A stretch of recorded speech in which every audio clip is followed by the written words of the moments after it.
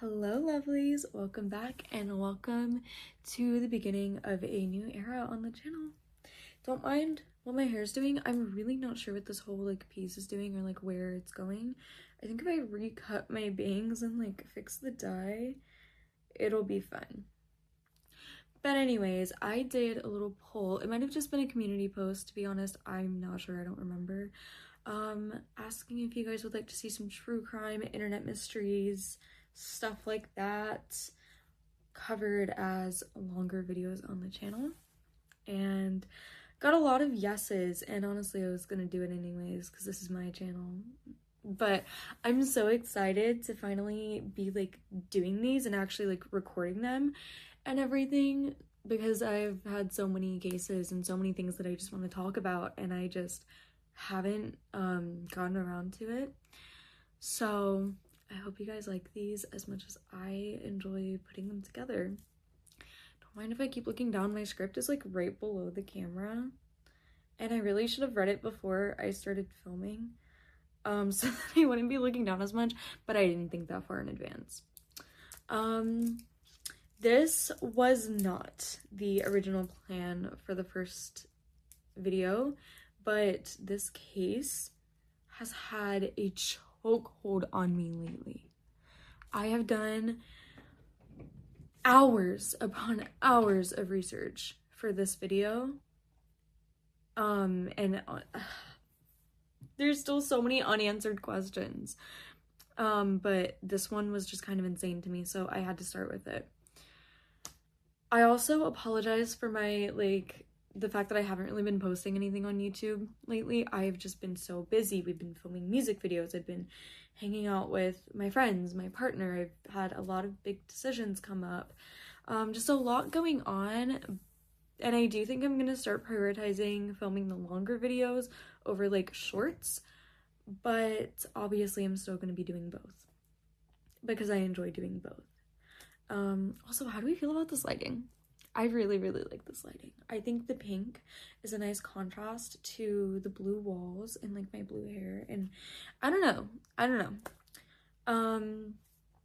Before I get started with the video though, I've already been yapping for 3 minutes. But before we get started, I'm going to mention kind of some trigger warnings beforehand. This case is very graphic. Obviously, I will not show anything super graphic on here, and I will speak with as much detail but also be as vague as I can to avoid triggering anybody, to avoid getting this taken down, and just to keep everybody comfortable. But just know this is quite a graphic case. So if that sounds like something you cannot handle, if at any point it gets to be too much, please don't feel bad about clicking off. I will have more videos in the future, and it's okay if this one is not for you. Promise, no hard feelings. I also will be mentioning some photos and videos later on in the video that relate to this case, and I just urge you guys to not go looking for said photos or videos. Though I will also say, if you end up doing your own research into this case, you will very likely stumble across them just on the internet because they are just there and they're very easy to accidentally find. And so if you do find them, you've been warned. It'll make sense when we get to that part of the video, I promise, but just please do not repost them, share them, or really draw any sort of attention to them whatsoever. The family of the victim has already had to struggle enough with these photos and videos being out there, and I just don't want to bring attention to them again. But I don't know where else I was going with that. That's it. Let's not bring attention to these because they're awful. The fact that they're posted and just so easy to find on the internet is awful. And finally, please be respectful in the comments and remember that this is a real case. This is someone's reality, someone's story, and someone's worst nightmare. This is the case of Bianca Devins. Bianca Devins was a 17-year-old teenage girl from New York. In 2019, she had just graduated high school and was very excited about attending a community college later in the year to begin her studies in psychology. Bianca was a very kind of typical teenage girl who experimented with fun hair color, makeup, and photo editing. She'd garnered a bit of a following on Instagram. This was when e-girls were all the rage, and she fit the look so well. In April of 2019, she met 21-year-old Brandon Clark through Instagram, which would become their main point of contact throughout their friendship. They met in person when he attended her graduation, and it was to the point that both Brandon and Bianca were familiar with each other's families, and one of Bianca's sisters even considered Brandon to be a close family friend. The true extent of their relationship is highly debated online, as some state that it went beyond simply friendship. However, there are some Discord screenshots between the two that suggest that they may have briefly dated, though it was short-lived, and there seems to have quite a bit of troubles in the relationship. I found some Discord screenshots between Brandon and Bianca, in which Bianca stated that she had cheated on and used. On July 13th, 2019, Bianca, Brandon, and a mutual friend of theirs named Alex attended a concert together in Queens. Now, by this point, Bianca and Brandon are definitely not dating, and Bianca has made it very clear that she is no longer interested in him, per reports from her family. At this concert, Brandon witnessed a kiss between Bianca and Alex. There are Discord screenshots that show Bianca messaging a friend of hers, it looks like, confirming this and also making comments saying, "He's perfect, I'm in love," regarding Alex. Based on this, I think we can safely infer that Bianca was likely on a date with Alex and had brought Brandon along, since it does appear that they were all friends, at least ran in the same group, or maybe Brandon was their only way of transportation to the concert. I'm not entirely sure of the relationship between Alex and Brandon, but they all went to a concert together. Alex and Bianca ended up kissing a few times. Brandon sees this. Brandon is incredibly upset about the kiss, leading to him and Bianca having an argument about it in the car on the drive home. She eventually falls asleep in the back seat because it's really late, probably around 11 o'clock at night, but I couldn't find a solid answer on that in my research. At some point in the early morning hours of July 14th, Brandon stops the car and sets up a camera on the dash. He then wakes Bianca up before starting another argument with her and then beginning to repeatedly stab her in the throat, nearly decapitating her. She has nowhere to go, no time to even really process what's going on, and ultimately her life is ended just as it was beginning. What Brandon did next was somehow arguably worse than the actual murder itself, and also makes this one of the first cases of its kind to involve social media so heavily. He took photos of her body and posted them to Instagram, Discord, 4chan, and Snapchat with captions including, "I'm sorry, Bianca," and "Sorry, fuckers, you're going to have to find somebody else to orbit." That second one is a direct reference to the term beta orbiter, which is slang for a guy who tends to orbit around a conventionally attractive woman in hopes of gaining a romantic or sexual relationship with her. The term is more associated with the red pill incel side of the internet, as I'm sure you could have guessed. There are a bunch of reports online, not necessarily reports, but I came across a lot of comments on like posts about this, posts on Bianca's Instagram, all sorts of stuff saying that Bianca was in neo-Nazi forums and groups online, that she kind of like ran with this community and was in these sorts of groups, though I couldn't really find anything to prove it. It does seem like Brandon definitely was more involved with that side of the internet. At least it's more obvious that he was, especially if he was posting photos of her body with captions like that. I don't know. In Discord servers, the photos were accompanied by Bianca's full legal name and more details of the crime. He seemed to show no remorse, and the death was even seemingly celebrated by some in the server, including Brandon himself. Police found Brandon pretty quickly, and when they did, he was lying across the tarp concealing the body, holding a knife. As officers approached, he slit his throat and proceeded to take selfies, which he then also posted online. Those were posted, I believe, just to his Instagram story. In addition, he added Bianca's death date, which was also his intended death date, to his Instagram bio.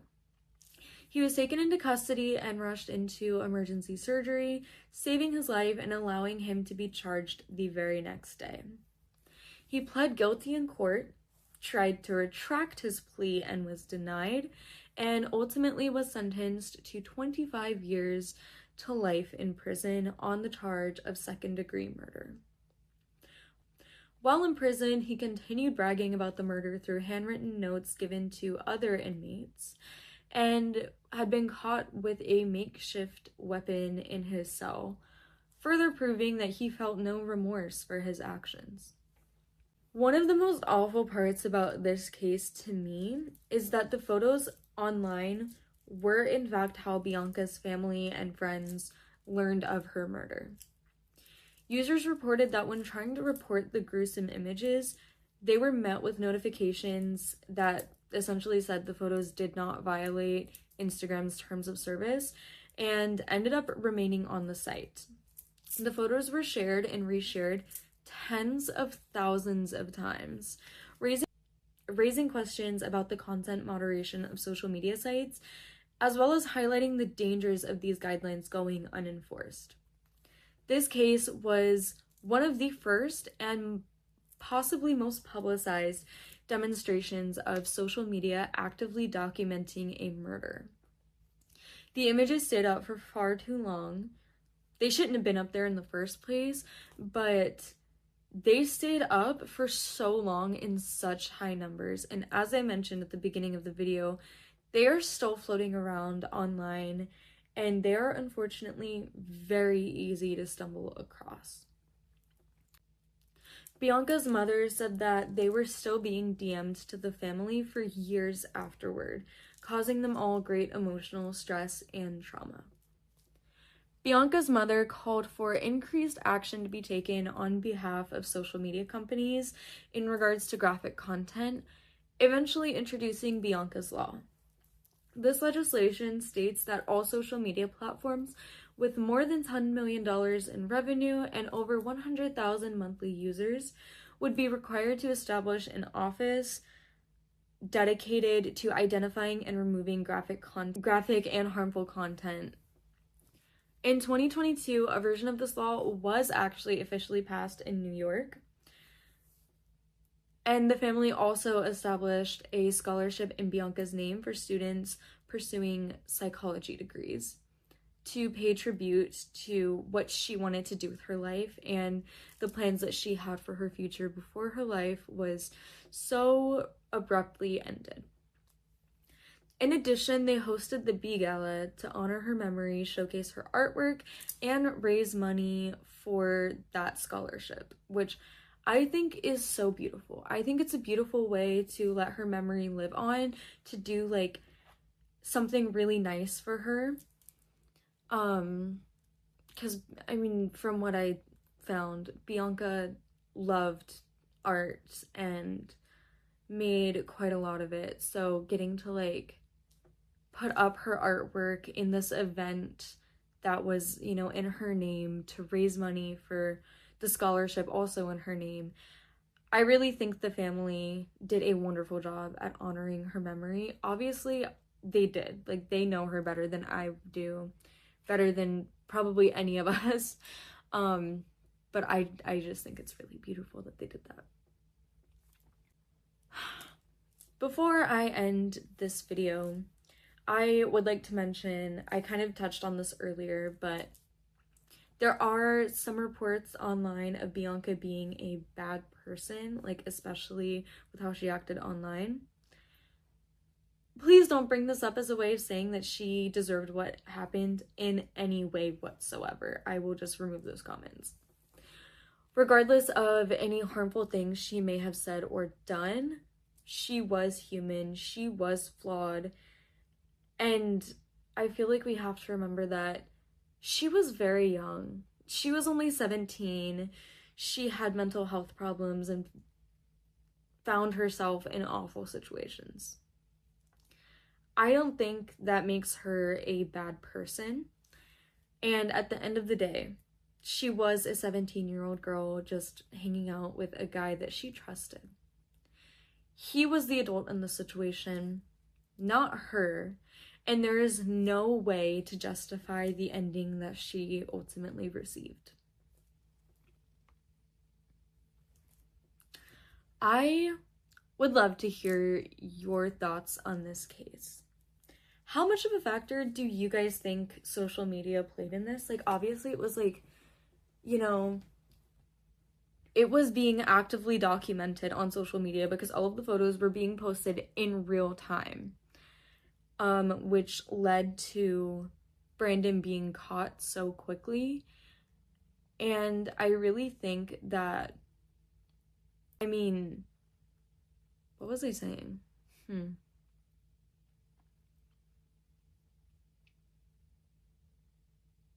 don't know. How much of a factor do you guys think social media played in this case? Like, obviously it was huge, as the murder was actively being documented in real time online, which ultimately led to the police finding Brandon faster than I think they would have had he not been posting this. But I don't think it was worth the emotional damage to the friends, the family, and honestly anybody else who had these images sent to them or who came across them as it was happening, because that's traumatic. That's really traumatic. That's awful. Do you think that Bianca's law should be implemented everywhere? Honestly, I think so, especially with the things that are allowed to be posted on the internet, on social media sites. Like, I feel like there's such crazy double standards when it comes to posting harmful content online. Like, some of it is allowed right through and some of it is just not. And I don't know about you guys, but I often find myself sitting and looking at my screen and thinking, how is this allowed on the internet? I think it would be really beneficial to have at least some form of Bianca's law implemented in like everywhere. I think social media sites and platforms really need to take accountability for what they allow to be posted on their sites, because there's a lot of crazy stuff online. But let me know in the comments. Let me know if you guys enjoyed this video, and let me know what cases you would like to see covered in the future, because I have a list of a bunch of cases that I really want to do, and not even just like cases, but a bunch of other stuff that just intrigues me. But I can always add on to that list. So let me know what you'd like to see. And as always, thank you so much for watching. Have a lovely day, and please remember to take care of yourselves. Bye.